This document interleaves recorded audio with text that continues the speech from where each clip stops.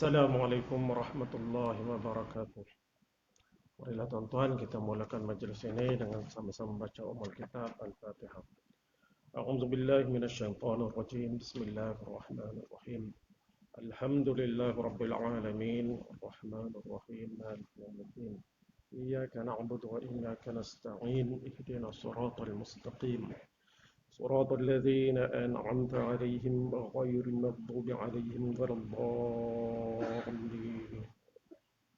بسم الله الرحمن الرحيم.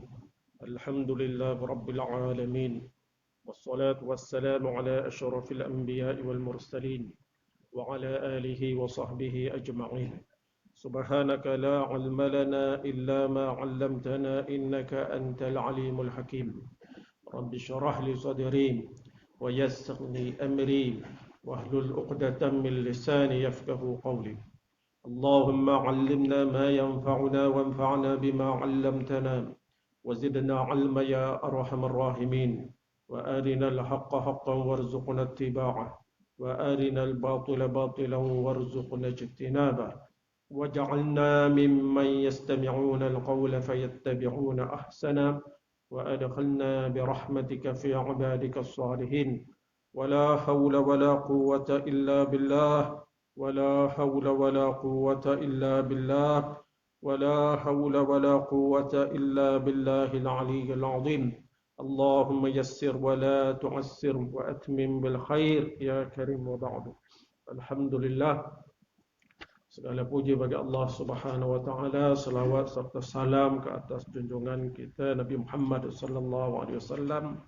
Mudah-mudahan kita sentiasa mendapat keredaan dan juga taufik dan juga akan diberi syafaat Nabi sallallahu alaihi wasallam di akhirat.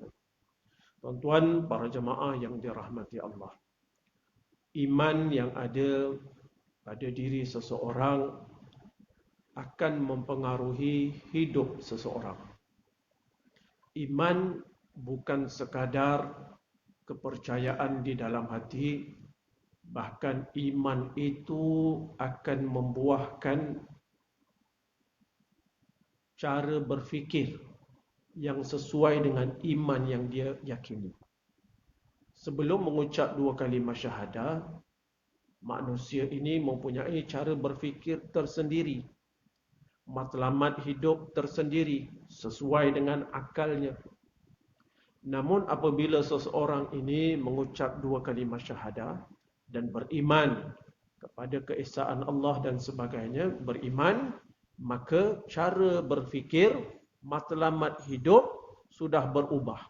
Daripada berfikir mengikut akal semata-mata, tapi bila dah beriman, maka cara hidup, matlamat hidup ditentukan oleh Allah Subhanahu wa taala. Maka seorang mukmin ini dia akan pastikan hidup dia ni sesuai dengan apa yang diperintahkan oleh Allah. Yang pertama, dia sebut dekat sini bahawa manusia ini adalah makhluk ciptaan Allah Subhanahu wa taala dan seelok-elok, secantik-cantik makhluk yang dicipta oleh Allah dan diberi akal fikiran.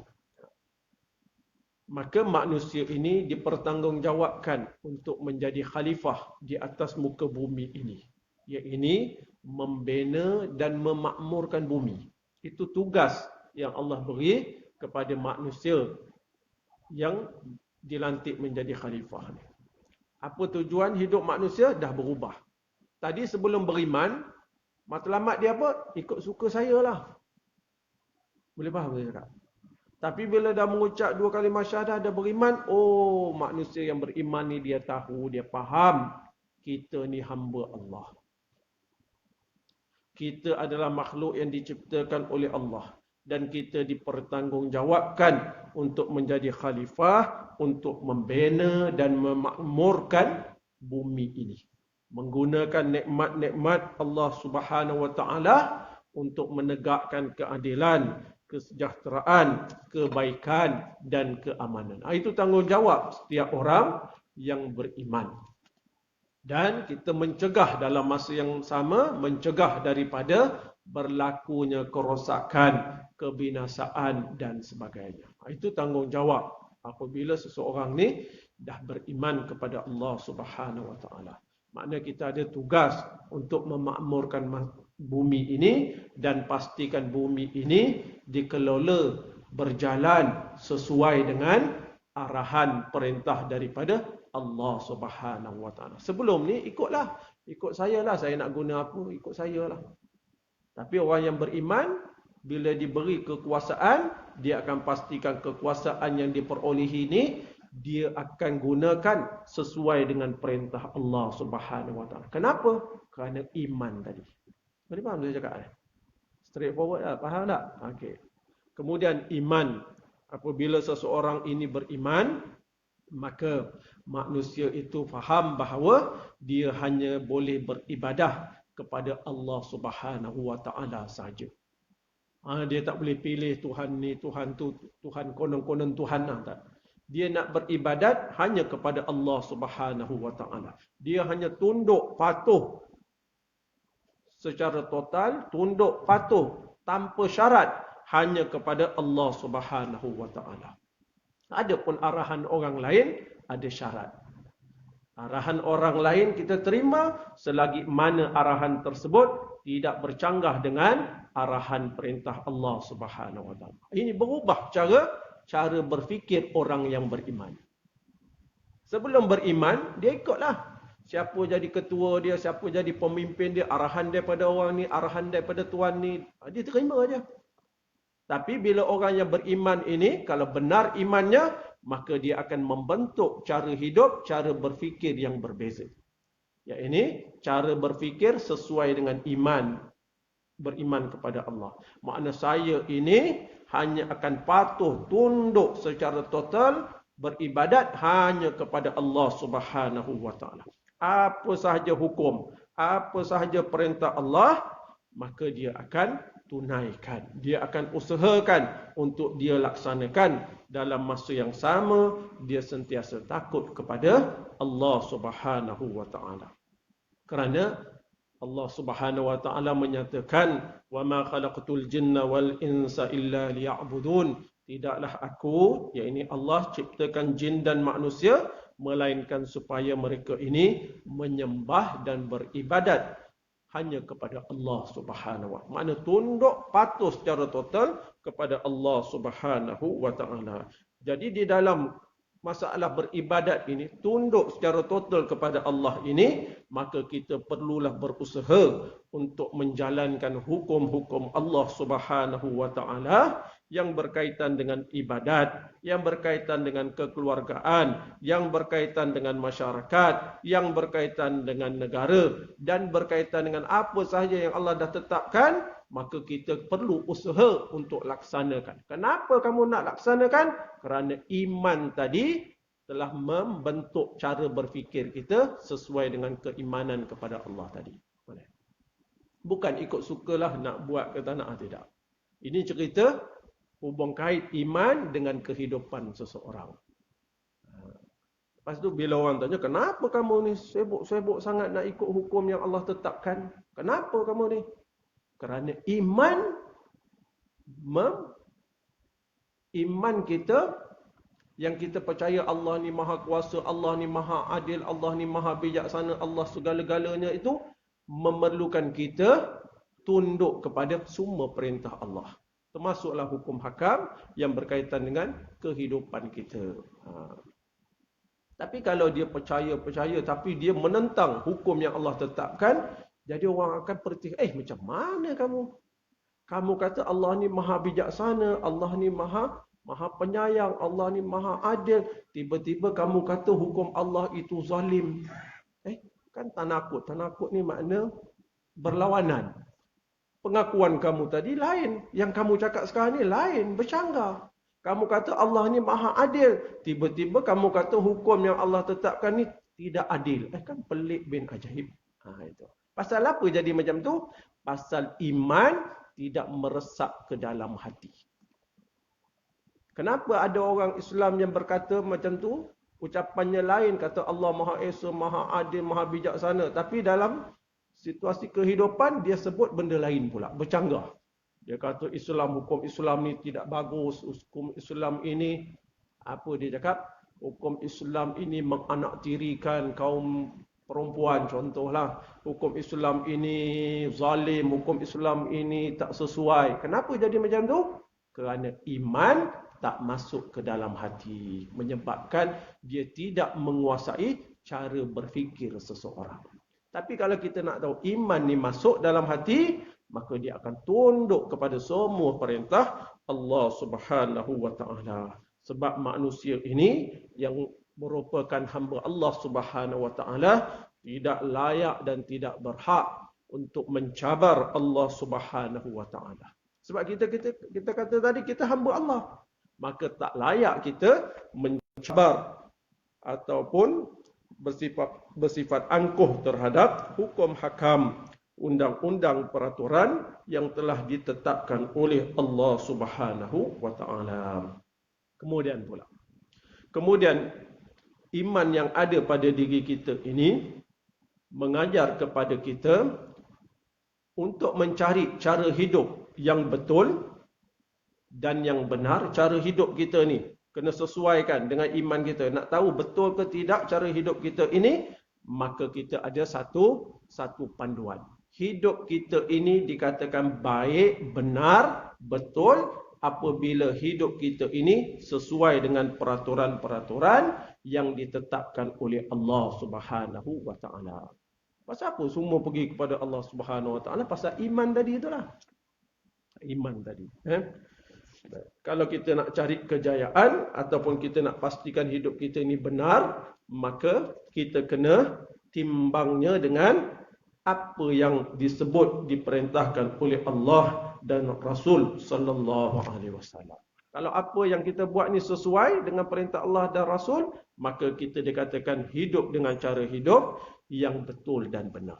Kalau benda yang kita buat, tak kiralah dalam masalah apa sekalipun, masalah ibadat ke, masalah dalam rumah tangga munakahat ke, masalah ekonomi ke, masalah mentadbir masyarakat ke, masyarakat negara ke, peraturan-peraturan ke yang kita guna ni, kalau sesuai cara hidup kita ni sesuai dengan perintah Allah, maka kita dikatakan orang ini hidup dengan cara yang betul dan benar seperti mana yang dikehendaki oleh agama. Gitu. Baik, seterusnya. Kita di dunia ini sambungan yang tu dah cerita dah minggu lepas kan. Itu pergi laju-laju tu. Kejayaan manusia. Kat situlah kita sambung. Kejayaan manusia. Pasal tu sebelum tu tak. Kalau kita ni tunduk patuh kepada semua hukum dan peraturan yang ditetapkan oleh Allah Subhanahu wa taala, Allah jamin. Allah jamin apa? Allah jamin akan dibukakan pintu-pintu rahmat. Pintu-pintu rahmat, akan diberi keamanan, kejayaan di dunia dan juga di akhirat. Ini janji Allah. Seperti mana dalam ayat surah Al-A'raf, walau anna ahlal qura amanu wattaqau lafatahna alaihim barakatim minas samai wal ard. Ini panjang lagi ayatnya. Apa kata Allah Subhanahu wa taala? Artinya Allah berfirman, kalau sekiranya penduduk negeri itu, kita ni manusia ni, beriman dan bertakwa kepada Allah. Iman tadi, iman apa? Iman yang saya cerita tadi lah. Dia akan tunduk sepenuhnya kepada Allah. Dalam masa yang sama dia bertakwa, takut kepada Allah. Tentulah Allah beri jaminan. Tentulah kami akan membukakan kepada mereka pintu pengurniaan yang melimpah-limpah berkatnya dari langit dan bumi. Allah beri jaminan. Kalau kamu ikut peraturan yang Allah tetapkan, maka Allah akan bukakan pintu rezeki dari langit dan bumi. Jadi tak betul kalau orang kata, kalau kita ikut Islam ini, kita akan mundur. Tak betul. Kalau kita ikut Islam ini, kita akan hidup dalam keadaan susah. Tak betul. Sebab Allah kata lain. Menyebabkan kita, orang yang ada iman ini, kita akan berpegang dengan perintah Allah, tidak akan mendengar hasutan daripada manusia-manusia yang tidak beriman. Itu semua tu ada kaitan dengan iman. Lepas tu kita boleh timbanglah iman kita ni macam mana. Kita lebih yakin dengan arahan Allah daripada arahan dakyah manusia. Itu kerana apa? Kerana iman kita. Baik. Kemudian kita ni, di dunia ni, nakkan kejayaan. Sebelum seseorang ini beriman kepada Allah Subhanahu Wa Taala, kalau kita tanya seseorang ni, yang bukan Muslim, yang bukan beriman ni, apa pandangan kamu? Kejayaan di dunia ni. Macam mana kejayaan dunia? Apakah seseorang ni dikatakan telah berjaya di dunia? Ataupun tidak? Maka orang ni akan cakap, oh orang ni dianggap berjaya di dunia kalau dia belajar sampai PhD. Orang ni kata, oh kalau dia dianggap berjaya kalau dia ada harta yang banyak. Oh dia dianggap berjaya kalau dia ni terkenal. Masing-masing ikutlah kepala akal masing-masing, otak masing-masing. Tapi orang yang dah beriman kepada Allah, cara berfikir dia, kejayaan seseorang di dunia ini akan disesuaikan dengan apa yang ditetapkan oleh Allah Subhanahu Wa Taala. Bukan ikut sendiri-sendiri. Bukan ikut akal sendiri-sendiri. Dia ada panduan dia. Siapa yang dikatakan benar-benar berjaya di dunia ini, maka kita akan rujuk kepada perintah Allah Subhanahu Wa Taala. Allah kata orang ni berjaya, kita pun kata orang ni lah yang berjaya. Baik, kita tengok ini tuan-tuan. Kejayaan manusia di dunia apabila dia berjaya melaksanakan kewajipannya sebagai hamba Allah Subhanahu Wa Taala. Yang pertama sekali, kita ni dianggap berjaya apabila kita berjaya melaksanakan tanggungjawab kita sebagai hamba kepada Allah Subhanahu Wa Taala. Dengan cara kita menghayati Islam dan pastikan cara hidup kita sesuai dengan perintah Allah. Barulah orang tu dianggap berjaya di dunia dan juga di akhirat. Kalau selagi kita tak boleh buat macam tu, ada PhD, ada jawatan tinggi, ada pengaruh banyak, tetap orang tu dikatakan gagal di dalam kehidupan dunia. Ini kenapa ni? Berubah ini cara berfikir kerana iman tadi. Iman membentuk cara berfikir seorang Muslim. Ini benda yang jadi benda yang kadang-kadang orang tak pernah dengar. Dia jadi benda yang pelik. Dia jadi benda, tak pernah dengar macam ni. Padahal benda tu benda asas. Lepas tu kita boleh tengok dia Islam, tapi dia sendiri tak suka dengan ajaran Islam. Kan pelik. Pasal tu dalam Quran kata dia Muslim tapi belum beriman. Kerana iman tak masuk lagi dalam hati. Okey. Itu satu. Kejayaan seseorang ini apabila dia berjaya melaksanakan kewajipannya sebagai hamba Allah Subhanahu Wa Taala dengan menghayati Islam sebagai cara hidup. Menghayati Islam ni sebagai cara hidup. Semua perkara yang dia lakukan dalam masalah kekeluargaan, individu, masyarakat, apa sahaja, dia akan pastikan sesuai dengan perintah Allah Subhanahu Wa Taala. Okey. Yang kedua, kejayaan juga dikatakan seseorang ini mendapat kejayaan di dunia apabila manusia itu berjaya menundukkan nafsunya yang menghalang ia daripada menunaikan kewajipan-kewajipan dan perintah-perintah Allah dan Rasul. Seseorang itu dianggap berjaya apabila dia dapat menundukkan nafsu sehingga dirinya tunduk kepada perintah Allah dan Rasul. Maka orang itu dikatakan berjaya. Ini prinsip-prinsip yang diajar oleh Islam. Maka orang yang beriman, dia akan berusaha untuk mendapatkan prinsip ataupun cara kejayaan yang ditetapkan oleh Allah. Baik. Yang ketiga, kejayaan manusia apabila ia merasa rela dan redha dengan seruan-seruan ke arah melaksanakan ketetapan hukum-hukum Allah Subhanahu Wa Taala dan Rasulnya. Kerana keredaan itu, mereka mematuhi hukum-hukum Allah itu dengan senang hati. Seseorang ini dianggap berjaya apabila dia berjaya mendidik dirinya berjaya mendidik hatinya supaya rela dan reda dengan segala hukum hakam Allah. Dan apabila ada orang mengajak supaya kita marilah kita sama-sama melaksanakan ketetapan hukum yang Allah perintahkan, kita merasa seronok. Oh, inilah yang bagus. Itu makna ada iman. Kekuatan iman itu menyebabkan dia menyokong seruan tersebut. Tapi kalau ada orang kata, marilah kita kembali kepada Islam, marilah kita melaksanakan perintah Allah dan perintah Rasul, kita rasa berbulu, kita rasa benci je. Itu masalah iman.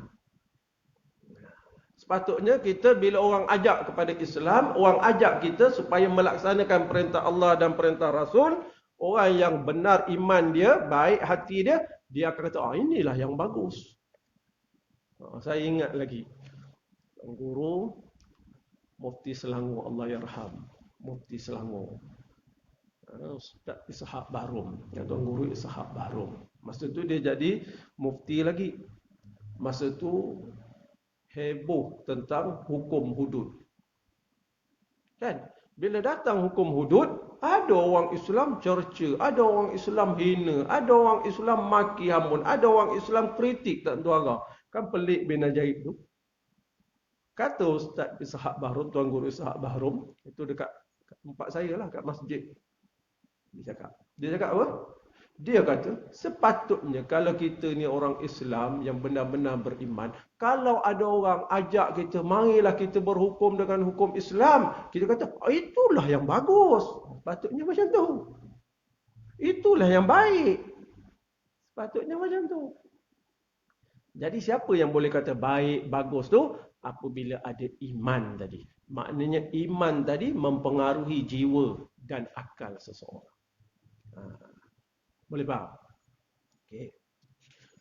Dah berapa dah kejayaan kita apabila kita mampu melaksanakan kewajipan sebagai hamba Allah dengan melaksanakan cara hidup sesuai dengan perintah Allah. Yang kedua, kita dianggap berjaya apabila kita dapat menundukkan nafsu kita sehingga kita mampu taat dan tunduk kepada perintah Allah dan Rasul. Yang ketiga, kita dianggap berjaya apabila kita rela dan redha dengan ketetapan hukum yang ditetapkan oleh Allah Subhanahu Wa Taala. Bila ini, siapa yang tetapkan ni? Allah. Oh, kalau itu saya terima.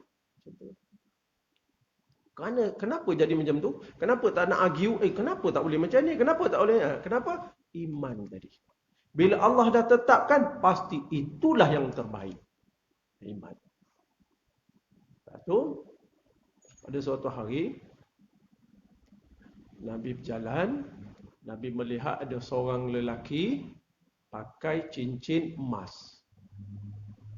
Pakai cincin emas. Cincin emas tu haram bagi lelaki. Maka Nabi cabut cincin tu daripada tangan sahabat ni, Nabi pun campak. Tak boleh pakai ni. Kan? Nabi pun pergi. Kemudian sahabat lain beritahu, kamu ambil lah cincin emas tu bagi dengan orang lain. Apa sahabat ni kata? Aku tidak akan ambil benda yang Nabi SAW dah campak.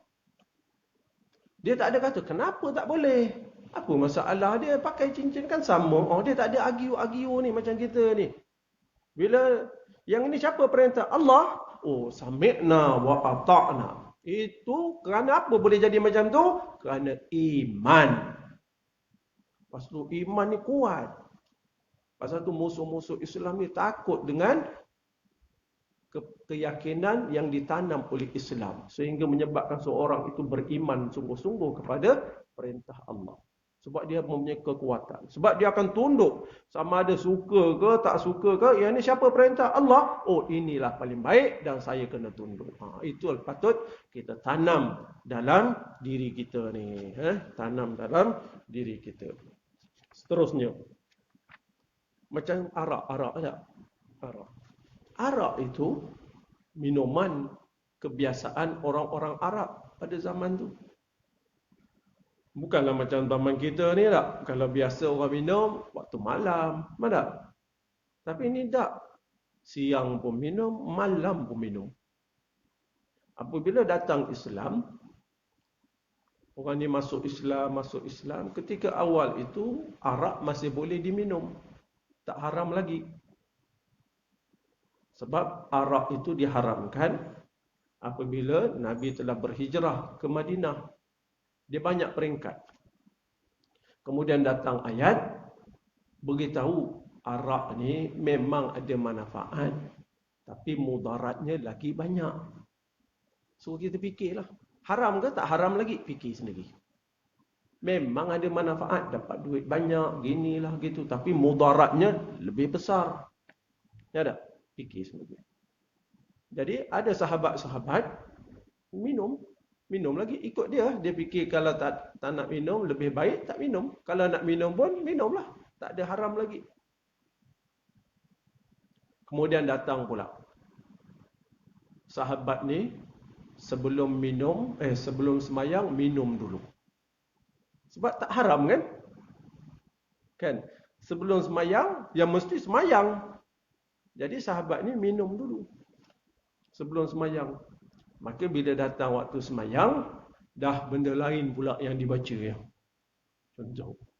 Ya tak? Maka turun ayat melarang seseorang minum arak sebelum nak semayang tu. Ketika nak semayang tak, jangan minum. Tak boleh mabuk. Tak boleh dalam keadaan mabuk. Lepas tu dah tak minum lah. Kalau nak dekat semayang tak minum. Lepas tu boleh minum. Lepas tu minum-minum berlaku pergaduhan antara sesama Islam ni. Dia ni minum. Dah naik suara kuat-kuat, dia pun dah mula bergaduh. Maka turun pula ayat mengharamkan arak secara total. Sahabat buat macam mana? Sahabat tak ada pertikai hukum tu. Ya Rasulullah, ini kan minuman keturunan kami ni. Ya Rasulullah, dalam simpanan rumah kami bertong-tong arak lagi. Kalau kita buang, rugi. Oh, tak ada. Dalam tafsir menceritakan, apabila datang ayat tersebut, turun ayat tersebut mengharamkan arak secara total, maka sahabat-sahabat ni balik ke rumah, mencampakkan, membuang arak tersebut. Pasal apa? Terus terima, terus patuh. Iman. Kerana iman menguasai diri. Itu cerita kita ni. Iman ini akan membentuk hidup seseorang. Dia tak akan pertikai. Dan dia yakin apa yang Allah tetapkan, itulah yang terbaik. Itulah yang terbaik. Macam riba sekarang. Boleh orang tinggalkan riba. Tengok balik pada iman. Riba kalau tak ada ni susah lah. Ginilah, balik pada iman. Kita boleh cakap alasan gini. Sebenarnya balik pada iman. Itu Allah haram. Haram lah. Kalau kita buat pasti berjaya? Tak. Pasti takkan berjaya. Tak ada keberkatan. Iman tadi. Menyebabkan kita yakin sepenuhnya. Dengan perintah Allah Subhanahu Wa Taala. Manusia yang berjaya yang seterusnya adalah manusia yang dapat mengatasi halangan-halangan kejiwaan dan lain-lain yang mencegahnya daripada berjuang dan berkorban untuk menegakkan amar ma'ruf nahi munkar. Manusia yang dikatakan berjaya di dunia ini ialah manusia yang dapat mengatasi halangan-halangan kejiwaan dia. Kita nak senang, kita tak nak susah, kita nak seronok dengan semua orang, kita tak nak orang marah, kita tak nak gini, kita nak tiap-tiap hari orang ajak kita makan roti canai, kita tak nak orang masam muka dengan kita. Tapi orang yang berjaya macam mana? Orang yang berjaya ini, orang yang dapat mengatasi halangan kejiwaan yang membelit dia, sehingga dia dapat melaksanakan amar ma'ruf nahi munkar. Itu orang yang berjaya. Bila dia melaksanakan amar ma'ruf nahi munkar, masa tu ada orang tak suka dia, ada orang dah tak nak ajak makan roti canai pagi-pagi, ada orang dah bermasam muka. Tapi orang ni laksanakan amar ma'ruf nahi munkar. Kerana apa? Kerana iman telah masuk dalam hati. Kan dia, alah tak naklah nanti kalau cakap orang masam muka, tak naklah nanti kalau cakap orang marah kan. Sebenarnya tak ada apa pun, sebenarnya masalah iman je sebenarnya. Ha, masalah iman. Kita takut dengan manusia lebih daripada kita nak menjunjung perintah Allah. Semua tu masalah lemah iman. Jadi orang yang berjaya ini orang yang sanggup melaksanakan amar ma'ruf nahi munkar, kerana itu perintah daripada Allah. Orang yang sanggup berjuang untuk menegakkan agama ini, orang yang sanggup berjuang untuk meletakkan peraturan hukum hakam Allah di atas sekali, orang yang sanggup berjuang untuk membina masyarakat yang tunduk kepada perintah Allah Subhanahu Wa Taala. Kalau dia sanggup buat macam tu, amar ma'ruf nahi munkar, sanggup berjuang, makna dia dah berjaya melawan lilitan jiwa yang nak senang, nak seronok. Itu orang yang berjaya. Orang yang berjaya. Baik, seterusnya. Rasul-rasul dan orang beriman yang bersama-sama dengan beliau berjihad dengan harta benda dan jiwa mereka. Merekalah orang yang disediakan untuk mereka kebaikan dan merekalah yang dianggap orang-orang yang berjaya. Lakinir rasulu walladzina amanu ma'ahu jahadu bi amwalihim wa anfusihim wa ulaika lahumul khairat wa ulaika humul muflihun. Mereka yang tetap tinggal, yakni Rasulullah sallallahu alaihi wasallam dan orang-orang yang beriman bersamanya berjihad dengan harta benda dan jiwa mereka. Dia sanggup berkorban, berjihad. Mereka itulah, kata Allah, orang-orang yang mendapat kebaikan dan mereka itulah orang-orang yang berjaya. Allah yang beritahu. Orang yang sanggup berjuang, yang sanggup menegakkan amar ma'ruf nahi munkar, orang itulah orang yang berjaya. Keterangan habis. Jadi apabila seseorang ini berjaya meleraikan ikatan-ikatan nafsu tadi, sehingga menyebabkan seseorang yang beriman ini bertindak untuk menegakkan ma'ruf, mencegah kemungkaran, maka dia katakan orang ini orang yang berjaya. Sama ada dia buat itu akhirnya mendapat kejayaan ataupun gagal, itu bab lain. Yang paling penting sekarang ni boleh tunduk buat amar ma'ruf nahi munkar ke tidak? Gitu. Itu dianggap orang yang berjaya. Kalau dia masuk perang, perang tu menang ke kalah, itu cerita lain. Yang paling penting kita berusaha. Yang paling penting kita beri sumbangan. Yang paling penting kita beri tenaga. Kemudian berjaya ataupun tidak, itu serah kepada Allah Subhanahu Wa Taala. Tidak ditanya kepada seseorang kenapa tak berjaya, tetapi akan dipersoalkan apa sumbangan kamu untuk Islam ini. Apa yang kamu perjuangkan untuk menegakkan Islam agar Islam ini dapat membentuk cara hidup masyarakat. Apa yang kamu beri semua, itu yang akan dipersoalkan. Siapa yang mampu melaksanakan tanggungjawab itu, ialah apabila seseorang itu ada iman di dalam jiwanya. Jadi cukup sekadar itu, tuan-tuan. Mudah-mudahan ada manfaat bagi kita semua. Kita tangguhkan majlis dengan tasbih kafarah dan surat Al-Asr. Bismillahirrahmanirrahim. Subhanakallahumma bihamdik, asyhadu an la ilaha illa anta, astaghfiruka wa atubu ilaik. Bismillahirrahmanirrahim. Wal 'asr. Innal insana lafi khusr.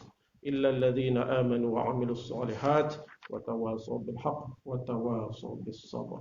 السلام عليكم ورحمة الله وبركاته.